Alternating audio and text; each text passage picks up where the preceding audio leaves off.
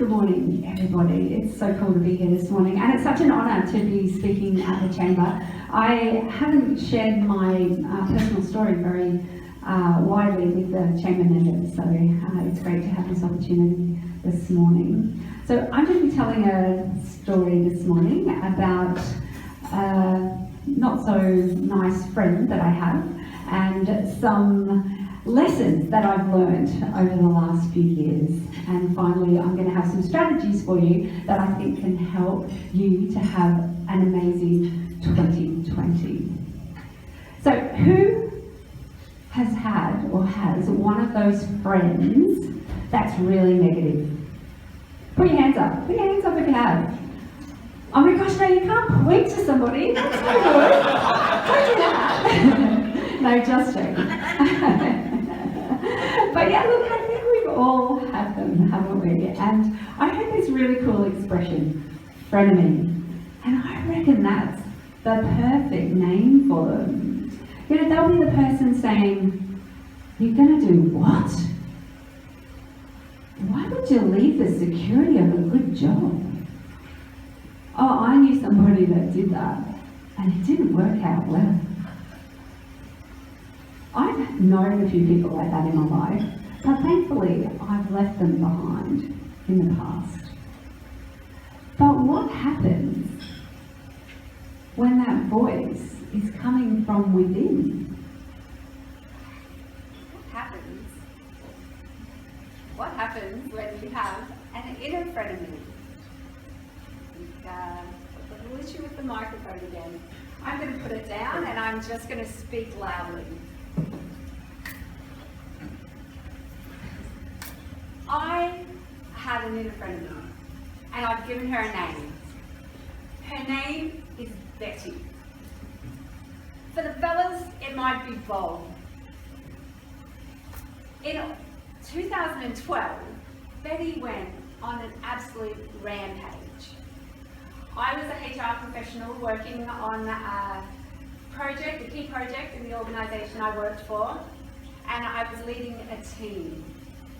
I had a little toddler at home and I was working part-time, and my life was pretty busy. There was a lot going on. I actually had something occur that had never happened before at work. I had an argument with somebody, and it was somebody that worked for me. And it triggered some very extreme self-doubt for me. And it was really, really difficult. And it actually started this, I guess, chain of events that just got darker and darker. I remember going up to somebody that was in our comms team and asking her about the IT aspects of the project that we were working on. And Betty kicked in and said, "Oh, she thinks you should know this. Can't you see? She doesn't have time for you." Betty convinced me that I was failing, and that now everyone else knew it as well. I absolutely lost sight of everything that was good about me and all of my past achievements. And there'd been many. I'd been in that company for 16 years and I had an excellent track record. There were a few other interactions that came afterwards that I absolutely interpreted in a way that confirmed what I was already thinking about myself. I realised that everybody knew what I'd always known about myself, that I was hopeless. Feeling really ashamed and exposed, I decided that I was going to be a burden to my family and that I couldn't see any way out of the situation that I was in. I thought that I was going to be sacked from work. And so much of my identity was wrapped up in my work, and it was just more than I could deal with. And that's when I actually decided that my solution would be to end it all. On the 12th of August 2012, I drove to the Story Bridge to work out where I would park when I came back later that night and basically to plan my day. I walked across the bridge a couple of times, and then I got to the northern end of the bridge and I heard Betty say, "You're here now, just do it."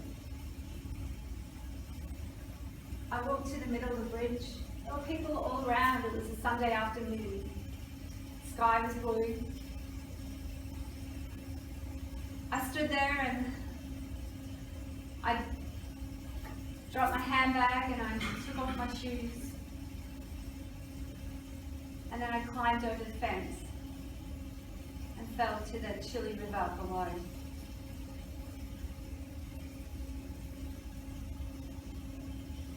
I couldn't believe it when I woke up hours later in the Royal Brisbane Hospital.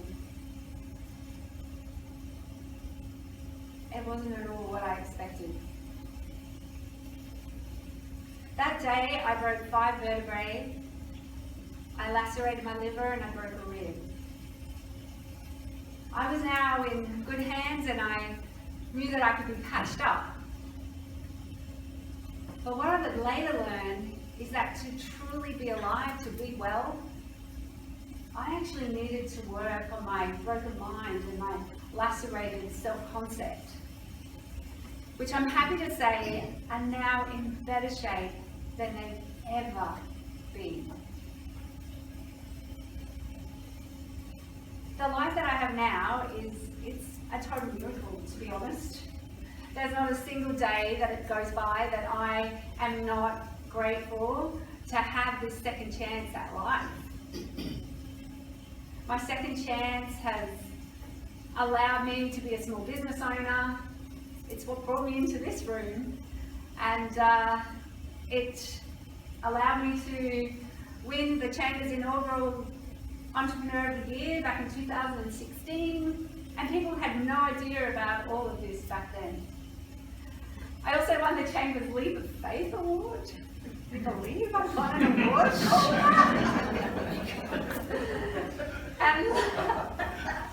And last year I won the Career Development Association of Australia's Award for Excellence in Practice.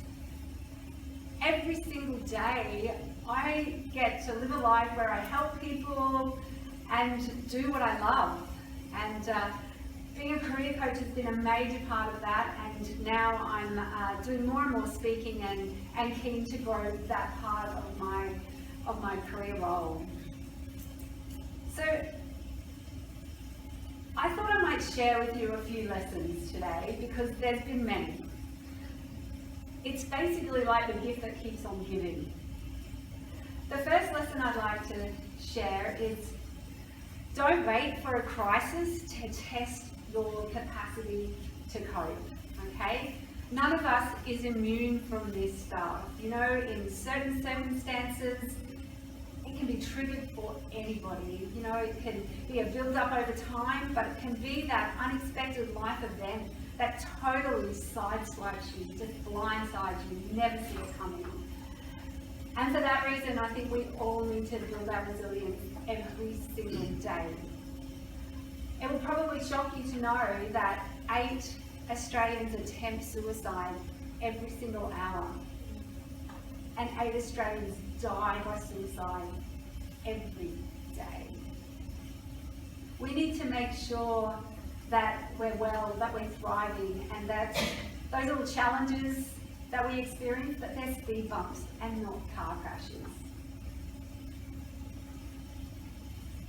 The second one is that failure is an event, it's not a person. We can learn so much from our failures or even our perceived failures. We can bounce back so well. The human spirit is incredibly resilient. The next insight is to love and accept yourself fully. This was like a game changer for me. I had lived with self-doubt my entire life. I understand now where that came from, but it can be crippling. And I worked with a neuro-linguistic programming practitioner, NLP. Has anyone heard of NLP? I swear by this stuff, hey, it's so powerful. And he actually had me visualizing myself as a young person and wanted me to go back and when she was a toddler and give her the gift of, you're perfect, just the way you are. Because we are still that person. We might have been battered about by life a bit, but we are still that little person with all that potential. Anyway, I've never done any visualization. It was very challenging for me. I pretty much lived in my head. All of that stuff was, I wasn't comfortable with it. Practiced in his office, really bad at it. Said, look, let me take it home and play with it. Tried it a few times at home. And then I remember sitting on this couch after another sort of so-called failed attempt. But I remember sitting there going, oh my gosh, you're missing the freaking point. There's nothing wrong with you. And there's nothing wrong with any of you either. We are all so imperfectly perfect. But once I accepted that about myself, it totally changed everything. And it allows us to step into our potential. I don't feel the way I used to feel about myself anymore, and it's totally liberating. And you know that I think it's one of those things. It's simple. It's not easy, but it's simple. And if you ever live with that stuff, please, I encourage you, give that stuff a go. So the next one is it's possible to question your thoughts. You don't have to believe everything you think. I used to think that I was boring, that there was something wrong with me, that I wasn't as fast thinking, pretty, fill in the blank, funny as anybody else, okay? And what I realized is that that's just the thoughts that come into my head. I didn't actually have to believe those things. And the more I thought them, which was a lot, over and over and over again, they were burning these deep pathways in my brain, and they became my default way of thinking. So I decided to change my thoughts, and it totally has changed my outcomes and the joy that I feel in my life. So now, occasionally when those thoughts pop into my head, I ask myself, is this taking me to where I want to go? And if it's not, I let it go through the keeper. I would have 10% of the unhelpful thoughts that I used to have. So my final insight I'll share with you this morning is, if you are ever in turmoil, reach out to somebody. Get out of your head.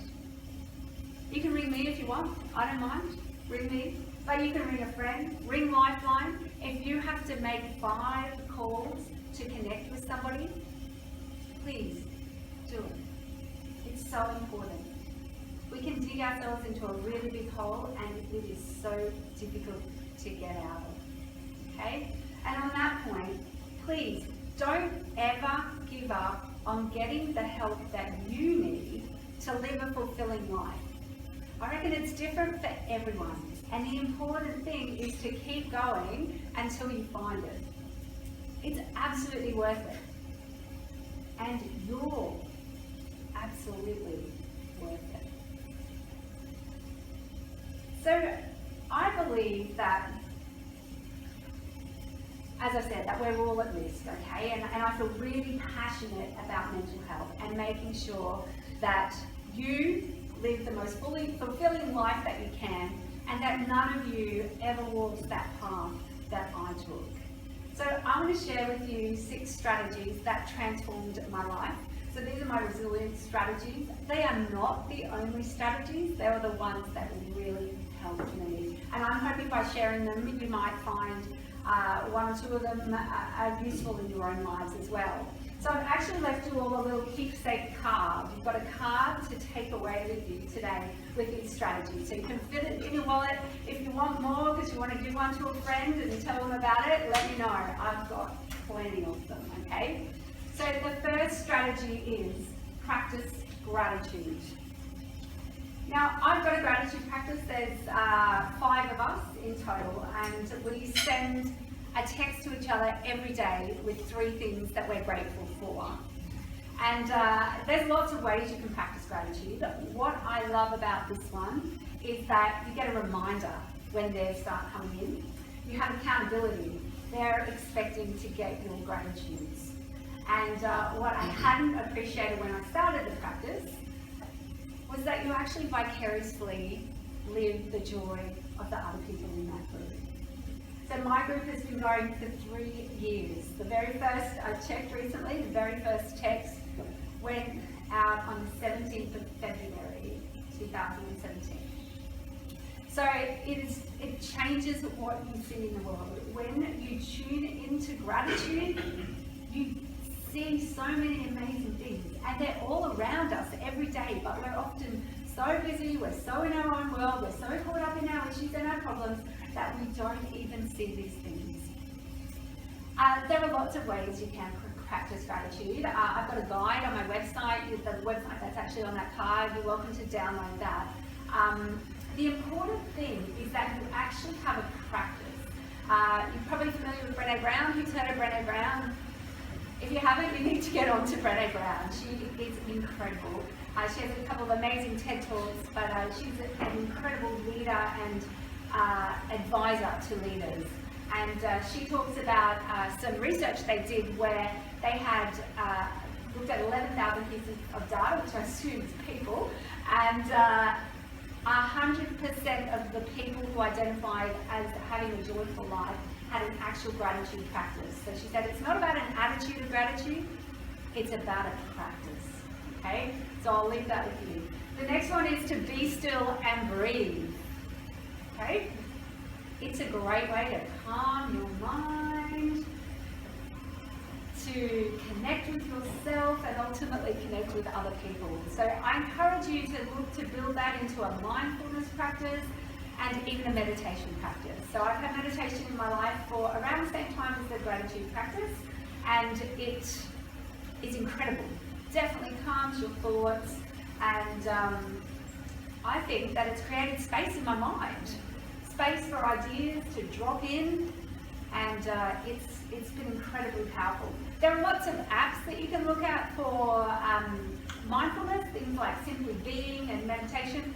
One Giant Mind, another really great one I found recently was Buddhify. And there's lots of courses around too. Soul Space at Newmarket run an incredible meditation course. They offer a beginner's course pretty consistently throughout the year. So I encourage you to have a look at that. The next one is goal setting. I actually remember sitting in this room and seeing Julia Baker speak, and I'm very grateful to the Chamber for bringing people like her into my life, because back then I used to have a lot of self-doubt when I came to Chamber meetings. I wasn't comfortable speaking to people. I thought maybe people knew that I had no idea what I was doing, and Julia gave me hope. She talked about this goal-setting process she had that was very simple, basically thinking about what would you like to have happen in the next year? What will make your best year? Okay?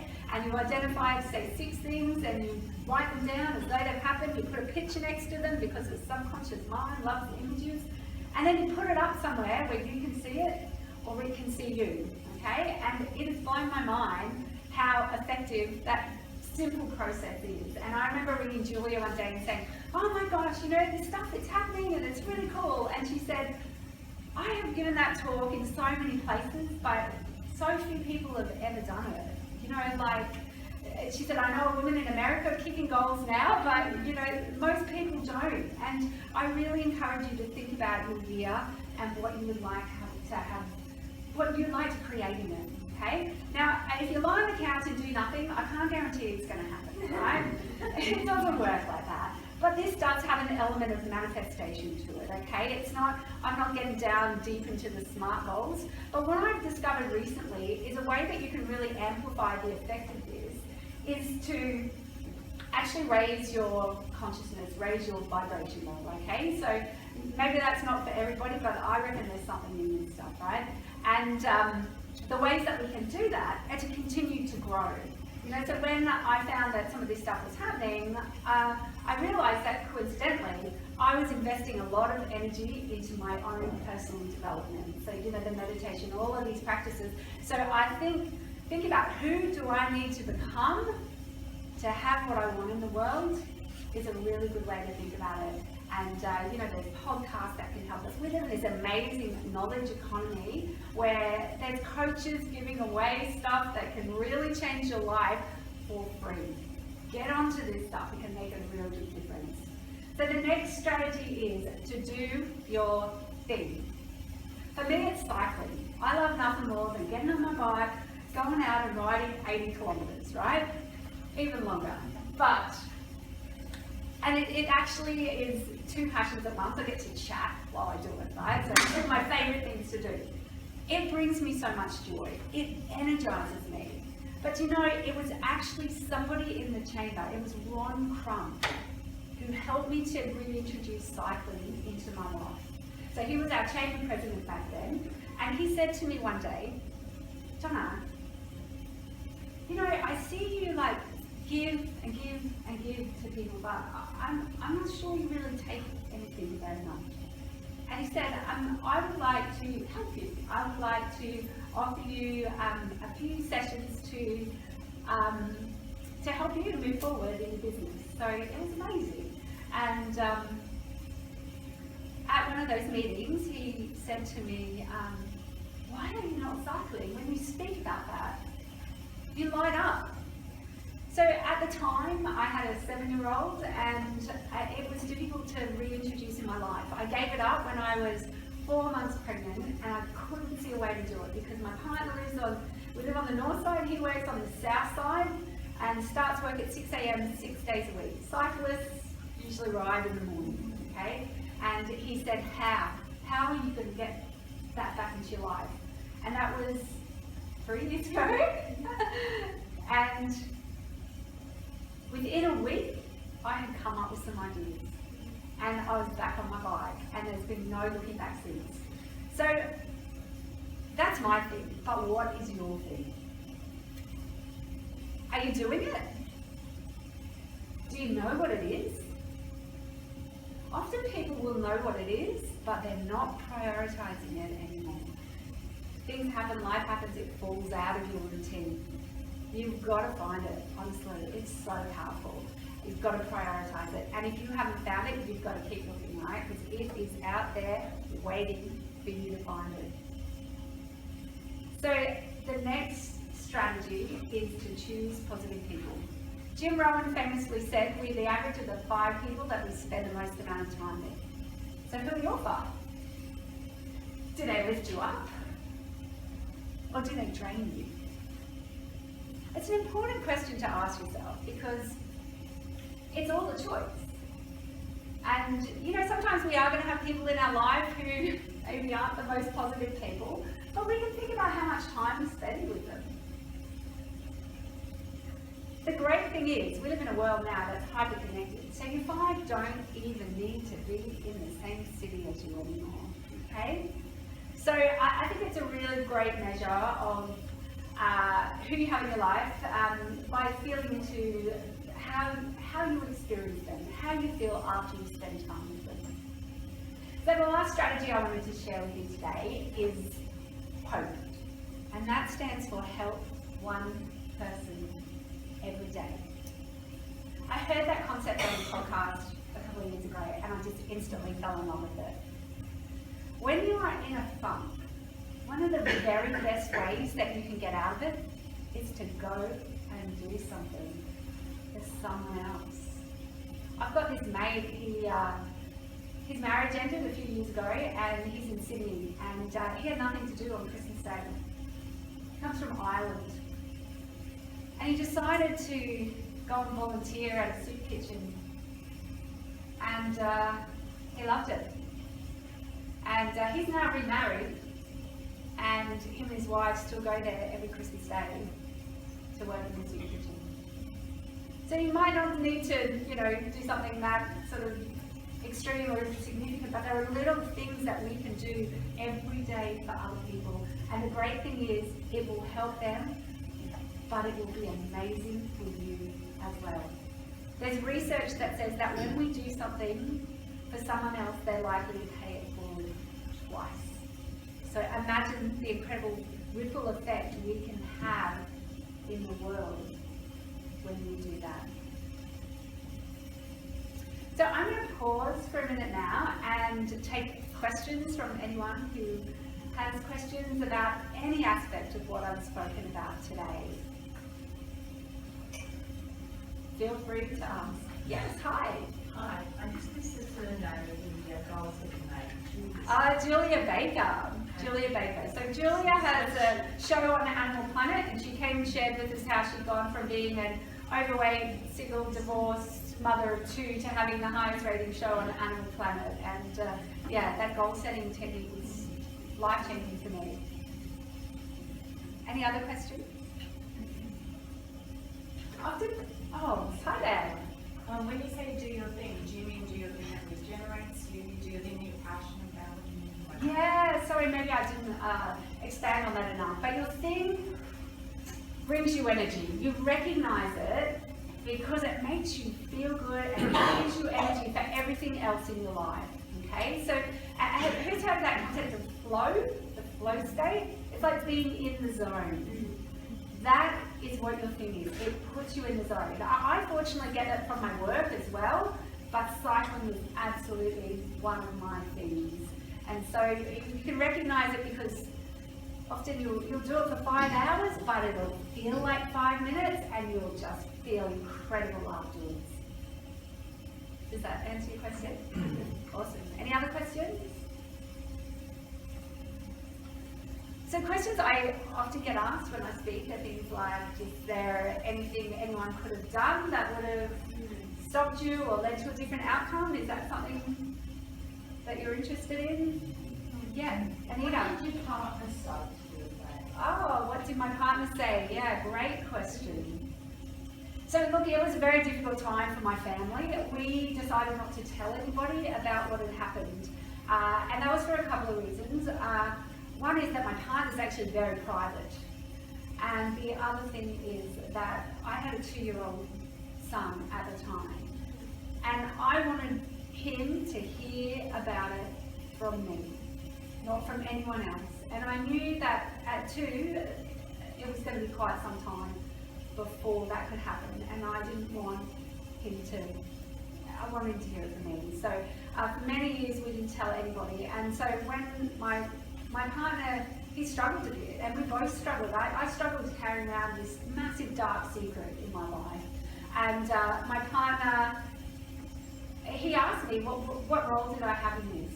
Could I have stopped you? Did I cause this in some way? And I was able to say to him, look, it's my history combined with this certain challenge that I experienced in my life. And he was away when it happened. He was home by the time I made the decision I did, but in the height of my crisis, he was travelling in our combi on a road trip to a comedy show in New South Wales. And he had never gone away on a boys trip in the whole time I'd been with him, which back then would have been about 6 years. And I didn't want to tell him what was going on because I didn't want to spoil his trip. And so I just kept it to myself. So, you know, my major sort of, my rock was away. The manager that was supporting me in my new leadership position was also away. And that's what I mean about this perfect storm, you know. And so when I assured him that it wasn't him, you know, he was happy with that. And having said that, you know, not long after, I went to grab the keys, maybe a month or 2 after, and to go to the shop. I said, oh babe, I'm just going to go to the groceries. And he like freaked out. And I was like, what's going on? And I realized that when I drove to the Story Bridge that afternoon, I told him I was going to get the groceries. And so it triggered it for him. And I was like, oh my gosh, I can't believe you think that, you know, like I'm well now and I'm never ever going to go to that place ever again, you know, as in I would always get help if I found myself moving in that direction.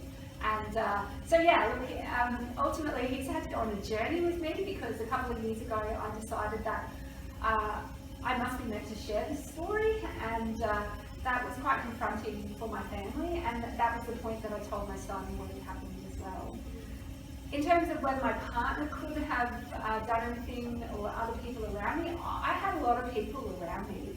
I've always had a lot of friends, and I've always been a bit stubborn though, and you know, when I make up my mind about something or when I decide something, then unfortunately this time it wasn't a good thing, and I didn't reach out for help. I didn't want anyone else to know that I was failing, and you know, I think it's so critical that we all understand mental illness and that we all develop the skills to be able to support ourselves and the people around us. So I'll talk in a bit about the mental health first aid course, because I see that as a way that people can become skilled to navigate these situations in life. So I think if you're really worried about somebody, it's actually critical that you ask them, are you having thoughts of ending your life? That can be a very confronting question, but the more we practice that, the easier it is for us. And I'm working with a CEO mentor at the moment, and we met at a breakfast about mental health, and he is very proactive in this space. And in his management team meeting, they break off each meeting and they practice asking each other the question, are you thinking of ending your life, to build muscle memory. All the research tells us that it doesn't actually cause somebody to go and take that action. What it does do is saves people's lives. And I really encourage you to think about it. Say yes? Yes. I honestly think that, Michelle. So I actually reached out to one person on the planet, and as a psychiatrist I'd worked with years before. I sent him a message and I said, I'm having these really crazy thoughts of ending my life. And the email actually bounced. He had changed his email address. It had been 5 or 6 years since I had worked with him. And of course, he's entitled to change his email address. We've probably all done it at one time or another in our lives. I've now got his mobile phone number. But I can assure you, I don't need to use it. And I can't ever imagine using it again in my life. So that's a reinforcement you're saying, 5 people, just keep trying Yes. to get someone. You've got to keep going until you get a person who can help move you out of that mindset. And the sooner, the better. If you have somebody that is obviously having a bad experience and you ask those questions and they are in that position, Yes. what would you recommend that we do as the friend or the, you know? Yeah, great question. Yeah, look, I recommend that you, if it's really acute, you can ask questions like, how far have your thoughts gone? Have you got a plan? Okay, so after my crisis, I became a lifeline crisis supporter for 4.5 years. I did that as a volunteer, and so we would guide people through that process. So is there a plan? Because you want to know how imminent it is, how far it's progressed. Have they spoken to anyone else about it? Who could they speak to? What has worked for them in the past? Or have they had any previous attempts is also important information. Because if you have had previous attempts, it increases the likelihood that you will go through with this action again. So the important thing is to get them to help. So if it is acute, if it's something that really is imminent for them, don't leave them alone. Okay, but you don't have to take on all the responsibility yourself either, okay? So it's important that they get some professional help. So you might take them to the doctor, emergency, or... Is it okay to phone their husband? So you need to work through that with them, because the important thing is that they get help, but empowering them is a key part of it as well. So who do they want to find? Who can we get some support from? Because they will generally have a sense of who they're going to feel most comfortable to talk to. But you don't want to leave them fully on their own. If it's not acute, if it's something, you know, they're struggling at the moment, getting a commitment from them to do something is important. Okay? So getting, maybe even sitting with them while they ring their doctor, or if they've had other supports that have worked in the past, making sure they link in with them, but then following them up in a couple of days. Hey, how's it all going now? Have you made that appointment? Have you been along and seen the doctor? And just checking in. Sometimes people will be in denial, and that can certainly be quite challenging, but stick with them, okay? And, you know, if the important thing too is not to take complete responsibility. We can't make that our own issue either. Sometimes, unfortunately, people will go on and make that decision, but they are responsible for their own lives. But we can do things to support them and lessen that likelihood. And get help for yourself too. I'm getting the wind up there, but yeah. I just wanted to know, do you run the mental health first aid courses? Do you actually run those? Yeah, I do. So I have a course starting on, or it's a 2-day course, and there's one on the 18th and 19th of January at Ashgrove. And for chamber members, I'm offering a $50 discount. The course isn't expensive; it's $295 for the 2 days. So, did I say January? I meant February, thank you, Peter. Sorry, that'll be the 18th and 19th of February. And if you go to the website on my card, there's actually a menu item that says first aid, and you can get all of the details there. And I've got a code that I can give any chamber members to get that $50 discount, and it's for you or your staff. And you get a manual that is really, really comprehensive. You actually can become an accredited mental health first aider. So if you'd like to know more information about that, I'm happy to have a chat after the meeting. Margaret. Donna, you can put that on our chamber website as Okay. a member event, Yeah. and then it's there. Great. The list.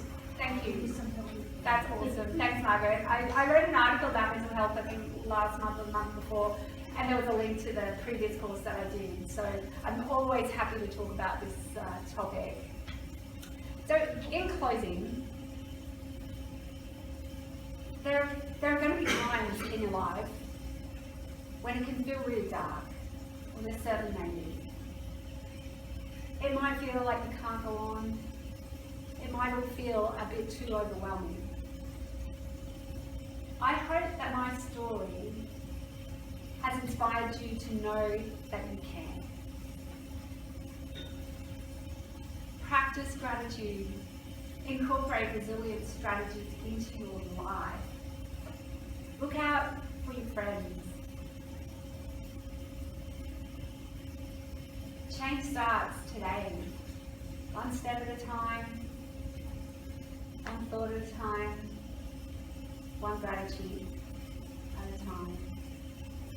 Let your light shine in 2020. Thank you.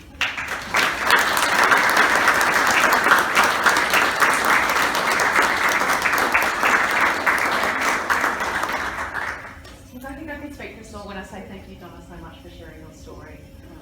I think it's always a privilege when anyone opens up and shares their personal accounts, and I think you've really enlightened us and given us some really good insights to go forward to support everyone in our community and look out for others. So thank you so much for doing that. In the age of connection, we seem to be more and more disconnected, so reaching out for those is so important. But even Donna highlighted in her talk the issue around triggers. I think her husband's one was a really big one, and we don't always know what sometimes our own triggers are or other people's triggers. So certainly sometimes hearing stories like this may trigger something for us that we may or may not be aware of. So please, if it did raise something for yourself, seek that support. Get in touch with friends, family or those others. And like Donna mentioned, Lifeline on 13 11 14 is another one to have up the sleeve. And I'm sure there's lots of resources on Donna's website as well. I'm going to hand back to Donna because she's going to lead the table topic discussion. But thank